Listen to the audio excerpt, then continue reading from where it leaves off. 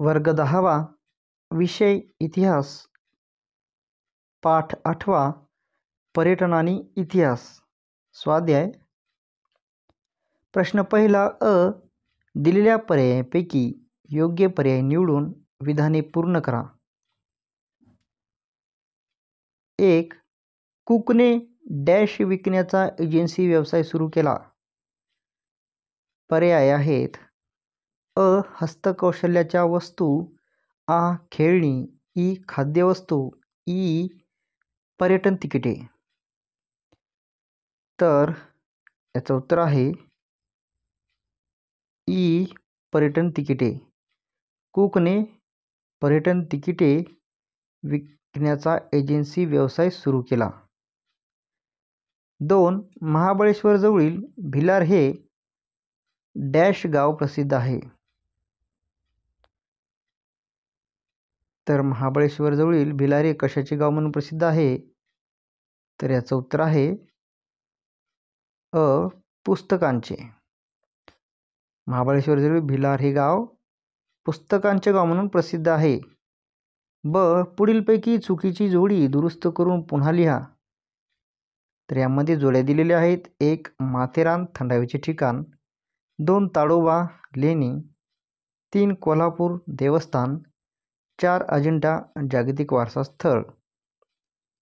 तर यामधील चुकीची जोडी आहे ती आहे क्रमांक 2 ताडोबा लेणी. तर ताडोबा ही लेणी नसून ताडोबा काय आहे? तर हे ताडोबा अभयारण्य आहे. तर या जोगी बरोबर दुरुस्त करून जोडी होईल ताडोबा अभयारण्य. प्रश्न दुसरा. पुढील विधान सहकारण स्पष्ट करा. 1. आजच्या काळात परदेशात जाण्याचे प्रमाण वाढत आहे. तर याचं कारण काय? तर याचं उत्तर आहे जहाज, रेल्वे आणि विमान या वाहतूक क्षेत्रात झालेल्या प्रगतीमुळे आधुनिक काळात आंतरराष्ट्रीय पर्यटन सोपे झाले आहे. विज्ञान व तंत्रज्ञानातील प्रगती आणि आर्थिक उदारीकरण यामुळे जग जे आहे ते अधिक जवळ आले आहे. अभ्यास, व्यवसाय, चित्रपटांचे चित्रीकरण यासारख्या विविध कारणांनी तसेच खेळ, आंतरराष्ट्रीय परिषदा, संमेलने, ऐतिहासिक धार्मिक स्थळे पाहणे या उद्देशानेही लोक जे आहे ते जगभर हिंडत असतात. त्यामुळे आजच्या काळात लोकांचे परदेशात जाण्याचे प्रमाण पूर्वीपेक्षा वाढत आहे. 2. आपण आपला नैसर्गिक आणि सांस्कृतिक वारसा जपला पाहिजे. तर याचं कारण आहे आपल्या ऐतिहासिक वास्तू, किल्ले, ठिकाणे ही भावी पिढ्यांसाठी मार्गदर्शक आहेत. या ऐतिहासिक वारशामुळे आपल्याला प्रेरणा, स्फूर्ती मिळते. विविधतेने नटलेल्या भारतात अनेक नद्या, पर्वत, जंगले, अभयारण्ये, समुद्रकिनारे आहेत व ते पाहण्यासाठी हजारो पर्यटक परदेशातून येतात. भारतीय नृत्य, साहित्य, विविध कला, तत्त्वज्ञान यांचा अभ्यास करण्यासाठी जगभरातील लोक भारतात येतात. आपला नैसर्गिक आणि पूर्वजांनी दिलेला सांस्कृतिक वारसा हे आपले वैभव असून तो पुढील पिढ्यांसाठी आपण जपला पाहिजे. प्रश्न तिसरा. टिपा लिहा. 1. पर्यटनाची परंपरा. उत्तर. अन्नाच्या शोधासाठी आणि सुरक्षेसाठी अश्मयुगातील माणूस सतत भ्रमंती करीत होता. पण हे त्याचे पर्यटन नव्हते. नवाश्मयुगानंतर काही उद्देशाने माणूस पर्यटन करू लागला. भारताला पर्यटनाची प्राचीन काळापासून परंपरा जी आहे ती लाभलेली आहे. तीर्थयात्रा करणे, परिसरातील जत्रा यात्रांमध्ये भाग घेण्यासाठी जाणे हे त्याचे धार्मिक पर्यटन होते. व्यापारासाठी दूरवर प्रवास केला जाई. विद्याभ्यासासाठी दूरच्या प्रदेशात जाणे असेही पर्यटन होत असे. नालंदा, तक्षशिला अशा विद्यापीठात शिकण्यासाठी बाहेरील देशातील विद्यार्थी येत असत. मानवाला फिरण्याची उपजतच आवड असल्याने प्राचीन काळापासून पर्यटनाला मोठी परंपरा लाभली आहे. 2. Marco Polo. मार्को पोलो या जगप्रवाशाचा जन्म इसवी सन 1254 मध्ये इटलीतील व्हेनिस या शहरात एका व्यापारी कुटुंबात झाला. 13व्या शतकाच्या अखेरीस रेशीम मार्गावरून चीनपर्यंत प्रवास करणारा तो पहिला युरोपियन होय. त्याने लिहिलेले प्रवासवर्णन हा पश्चिम आशियाची माहिती देणारा स्रोत ग्रंथ ठरला. आशियातील समाजजीवन, सांस्कृतिक जीवन, निसर्ग आणि व्यापार यांची ओळख त्याने आपल्या ग्रंथातून जगाला करून दिली. यातूनच युरोप व आशिया यांच्यात संवाद व व्यापार सुरू झाला. भारताच्या दक्षिण किनारपट्टीतूनही त्याने प्रवास केला. दक्षिणेतील मलबार प्रांताचे लोकजीवन, तेथील गूढविद्या यांचेही वर्णन त्याने आपल्या पुस्तकात केले आहे. 3. कृषी पर्यटन. शेती आणि शेतीशी संबंधित उपक्रम पाहण्यासाठी केलेला प्रवास म्हणजे कृषी पर्यटन होय. अलीकडच्या काळात मोठ्या प्रमाणात कृषी संशोधने चालू आहेत. त्यासाठी भारतभर कृषी संशोधन केंद्रे आणि कृषी विद्यापीठे स्थापन झालेली आहेत. कोणत्या पिकांना कोणती माती योग्य, तिचा दर्जा, गांडूळ शेती, शेततळी, फळबागा इत्यादी उपक्रम काही भागात घेतले जातात. सिक्कीमसारखे राज्य सेंद्रिय उत्पादन राज्य म्हणून घोषित झाले आहे. पावसाचे प्रमाण कमी असूनही इस्रायलसारख्या देशाने शेतीच्या क्षेत्रात मोठी प्रगती केली. हे सर्व अभिनव प्रकल्प व उपक्रम तसेच शेतीच्या आधुनिक तंत्रज्ञानाच्या माहितीसाठी शेतकरी, विद्यार्थी, शहरी लोक जात असतात. परदेशी लोकही येतात. यामुळे आज कृषी पर्यटन झपाट्याने वाढत आहे. प्रश्न 4. पुढील प्रश्नांची 25 ते 30 शब्दात उत्तरे लिहा. 1. पर्यटनाच्या विकासासाठी कोणती काळजी घेणे आवश्यक आहे? उत्तर. आधुनिक काळात पर्यटन ही रोजगाराभिमुख आणि देशाच्या विकासाला मदत करणारी बाब ठरली आहे. म्हणून पर्यटनाच्या विकासासाठी पुढील काळजी घेतली पाहिजे. पर्यटकांच्या जीविताची सुरक्षितता आणि सुरक्षित वाहतूक याकडे लक्ष दिले पाहिजे. पर्यटकांना उत्तम दर्जाची निवास व्यवस्था, प्रवासात उत्तम सुखसोयी व स्वच्छ प्रसाधनगृहे उपलब्ध करून दिली पाहिजेत. ऐतिहासिक व प्रेक्षणीय स्थळे स्वच्छ व सुविधायुक्त ठेवली पाहिजेत.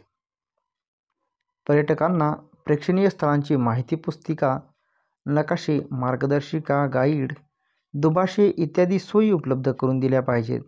दिव्यांगांच्या पर्यटनातील गरजांकडे विशेष लक्ष दिले पाहिजे. 2. पर्यटन व्यवसायामुळे स्थानिक पातळीवर रोजगार निर्मिती कशी होते? उत्तर. पर्यटन व्यवसायामुळे स्थानिक पातळीवर पुढील प्रमाणे रोजगार निर्मिती होते. पर्यटन स्थळाच्या परिसरात बाजारपेठांचा विस्तार होऊन वस्तूंच्या खरेदी विक्रीत वाढ होते. पर्यटकांना आवडणाऱ्या वस्तूंच्या निर्मितीत वाढ होते. त्यामुळे स्थानिक हस्तोद्योग व कुटीरोद्योग यांचा विकास होतो. स्थानिक खाद्यपदार्थ, हॉटेल व्यवसाय व निवासी व्यवस्था या व्यवसायांचा विकास होतो.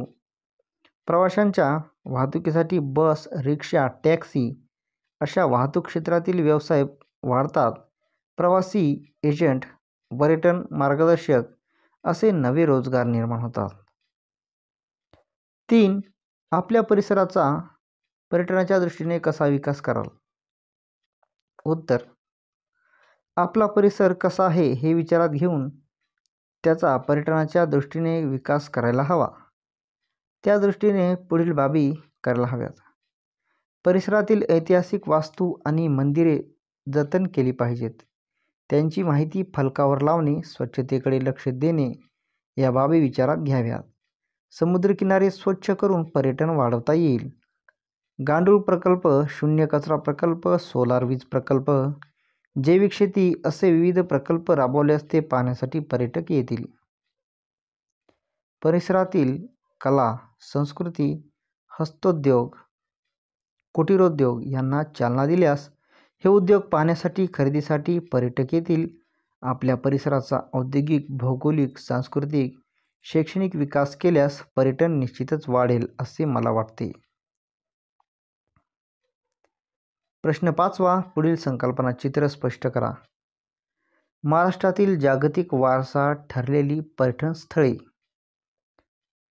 तर जागतिक वारसा स्थळे यामध्ये लेणी कोणती ठरली आहे, तर लेणी,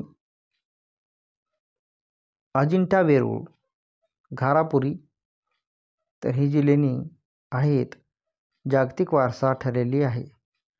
railway station, Chhatrapati Shivaji Maharaj railway स्थानक, अभयारण्य, पश्चिम घाटावरील दाजीपूर अभयारण्य. नैसर्गिक वारसा, कास पठार. प्रश्न 6वा, पुढील प्रश्नाची सविस्तर उत्तरे लिहा.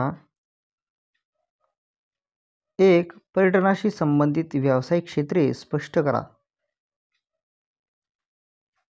उत्तर: हॉटेलांशी संबंधित दूध, भाज्या, किराणा इत्यादी शेती व पशुउद्योग, पर्यटकांच्या वाहतुकीसाठी असणारे बस, रिक्षा, टॅक्सी आदी उद्योग, प्रवासी एजंट्स, फोटोग्राफर, मार्गदर्शक म्हणजेच गाईड्स, ठिकाणांची माहिती छापणारा मुद्रण व्यवसाय इत्यादी व्यवसाय ही पर्यटनाशी संबंधित असतात. त्यामुळे माझ्या मते पर्यटन हा सर्वाधिक रोजगार निर्माण करणारा व्यवसाय होऊ शकतो. 2. पर्यटनाचे कोणतेही 3 प्रकार स्पष्ट करा. उत्तर: प्रस्तावना, दूरवरच्या स्थळांना विशिष्ट हेतूने भेट देण्यासाठी प्रवास करणे म्हणजे पर्यटन होय. पर्यटनाचे प्रकार पुढीलप्रमाणे आहेत. 1. स्थानिक व आंतरराज्यीय पर्यटन. स्थानिक व आंतरराज्यीय पर्यटनामध्ये व्यक्ती देशातल्या देशातच प्रवास करतात. हा प्रवास सुलभ असतो कारण व्यक्ती आपल्या स्वतःच्या देशातच प्रवास करत असते. देशांतर्गत प्रवास करत असल्यामुळे या प्रवासादरम्यान भाषा, चलन, कागदपत्रे यांचा फारसा अडथळा येत नसतो. या प्रवासाचे वैशिष्ट्य म्हणजे आपल्याला उपलब्ध असलेल्या वेळेप्रमाणे आपण या प्रवासाचे नियोजन करू शकतो. 2. आंतरराष्ट्रीय पर्यटन. आंतरराष्ट्रीय पर्यटन म्हणजे देशाच्या सीमेपार केलेले पर्यटन. यामध्ये आपल्या देशाबाहेर प्रवास केला जात असल्याने पर्यटनाची व्याप्ती विस्तारते. त्यामुळे हा पर्यटनाचा एक महत्त्वाचा प्रकार आहे. जहाज, रेल्वे आणि विमान यांच्यामुळे आंतरराष्ट्रीय पर्यटन करणे हे पूर्वीपेक्षा अधिक सोपे झाले आहे. जहाजामुळे समुद्रकिनाऱ्यावरचे देश जोडले गेले आहेत, तर रेल्वेमुळे युरोप जोडला गेला आहे. विमान वाहतुकीमुळे जग जवळ आले आहे.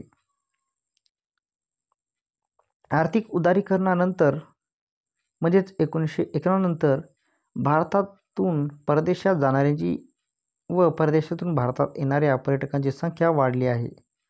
अभ्यास, विरंगुळा, स्थलदर्शन, व्यावसायिक कामे जसे की बैठका, करारमदार इत्यादी, चित्रपटांचे चित्रीकरण इत्यादी कामांसाठी देशविदेशात ये-जा करणाऱ्या पर्यटकांचे प्रमाण वाढले आहे. आंतरराष्ट्रीय पर्यटनासाठी अधिकृत कागदपत्रे सोबत ठेवावी लागतात. उदाहरणार्थ पासपोर्ट, व्हिसा इत्यादी. 3. ऐतिहासिक पर्यटन.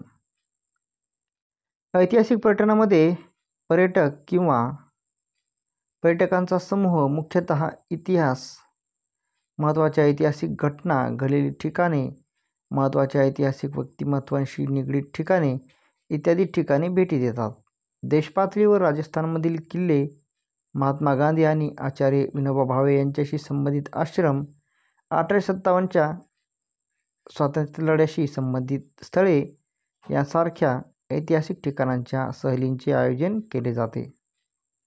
लोकांचे इतिहासाविषयीचे कुतूहल लक्षात घेऊन ऐतिहासिक पर्यटन सहली आयोजित केल्या जातात. महाराष्ट्रात छत्रपती शिवाजी महाराजांशी संबंधित किल्ल्यांवर दुर्ग अभ्यासक गोपाळ निळकंठ दांडेकर दुर्ग भ्रमण यात्रांचे आयोजन करत असत.